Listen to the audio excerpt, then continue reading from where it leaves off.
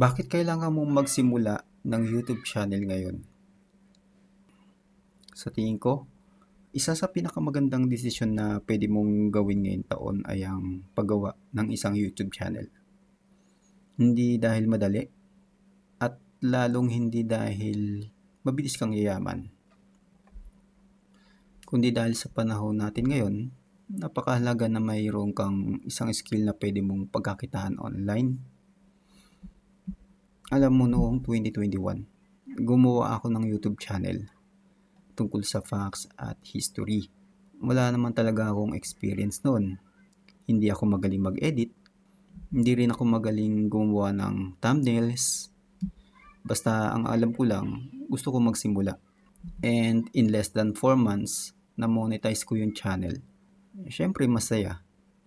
Pero dahil sa kakulangan ng experience ko, nagkamali ako. Na-demonetize nga yung channel ko na yun. At tulad ng maraming creators, sumuko na ako. Tumigil ako sa YouTube at akala ko hindi na ako babalik. Fast forward, noong 2025, dumating ang isa sa pinakamahirap na panahon sa buhay ko. Nagpahinga ang mama ko, nawalan ako ng trabaho, walang career, at wala rin akong diploma na masasandalan. Yun nga mga boss, mula sa pagiging office worker, pagre-repair ng ATM sa mga bangko, at pagbebenta ng kondo, nag-back to zero ulit ako. At doon ko nga naisip, kung magsisimula lang din naman ako, bakit hindi ko balikan yung YouTube? Doon ko mas sineryoso yung pag-aaral. Hindi lang sa paggawa ng videos, kundi pati sa storytelling, titles, thumbnails, saka sa algorithm. At saka kung paano gumawa ng content na pinapanood talaga ng mga tao. Kasabay nga nun, sumikat yung AI. Maraming gumagamit ng AI para gumawa ng mabilisang content. At sa totoo lang, nahook din ako sa AI. Pero hindi para gumawa ng AI slop. Ginamit ko siya bilang assistant.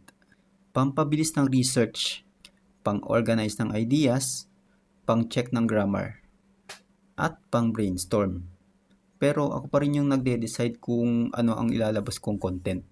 At alam niyo yung mga nangyari? Na-monetize yung brand new channel ko. Pero this time, less than a month lang. Pagkatapos noon, gumawa ako ulit ng ibang mga YouTube channels. And then, isa-isa din silang na-monetize in less than 3 months. At doon ko na-realize na hindi pala monetization ang pinaka-importanteng makukuha mo sa YouTube. Ang pinakamahalaga, may skill na ako na hindi mawawala. Kapag marunong kang gumawa ng content, marunong kang sumulat ng script, marunong kang gumawa ng thumbnail, and marunong kang mag-edit, marunong kang umintindi ng behavior ng audience, at marunong kang gumamit ng AI bilang tool. Hindi lang YouTube ang pwede mong pasukin. Pwede kang mag-freelance, pwede kang gumawa ng sarili mong negosyo, at pwede kang gumawa ng personal brand. At higit sa lahat, pwede kang gumawa ng maraming source of income. Sa panahon ngayon, hindi na sapat ang umasa lang sa iisang income. Lahat tayo nararamdaman ng pagtaas ng bilihin, maraming trabaho ang hindi rin sigurado. Yung government natin, hindi rin masyadong sumusuporta sa mga simpleng mamamayang Pilipino. Kaya kung may pagkakataon ka gumawa ng isang bagay na pwedeng kumita habang natututo ka, bakit hindi mo subukan ang YouTube? At ang gusto ko rin sa YouTube, hindi mo kailangan maging sikat. Hindi mo rin kailangan ng magandang camera kahit introvert ka pa. In fact, pwede kang gumawa ng faceless content na pwedeng ma-monetize. Ang importante, may maibibigay kang value. May maikukwento ka, may maituturo ka, o kahit may experience ka lang na gustong i-share. May audience para dyan. Alam niyo mga boss, maraming gustong gumawa ng YouTube channel. Pero kakaunti yung talagang nagsisimula. Mas marami ngayon nanonood ng mga tutorials kagaya ng mga ina-upload ko kaysa sa gumagawa ng videos. At baka isa ka rin sa mga yon. Baka kasi gusto mo ng magandang camera para makapagsimula ka na o bago ka magsimula.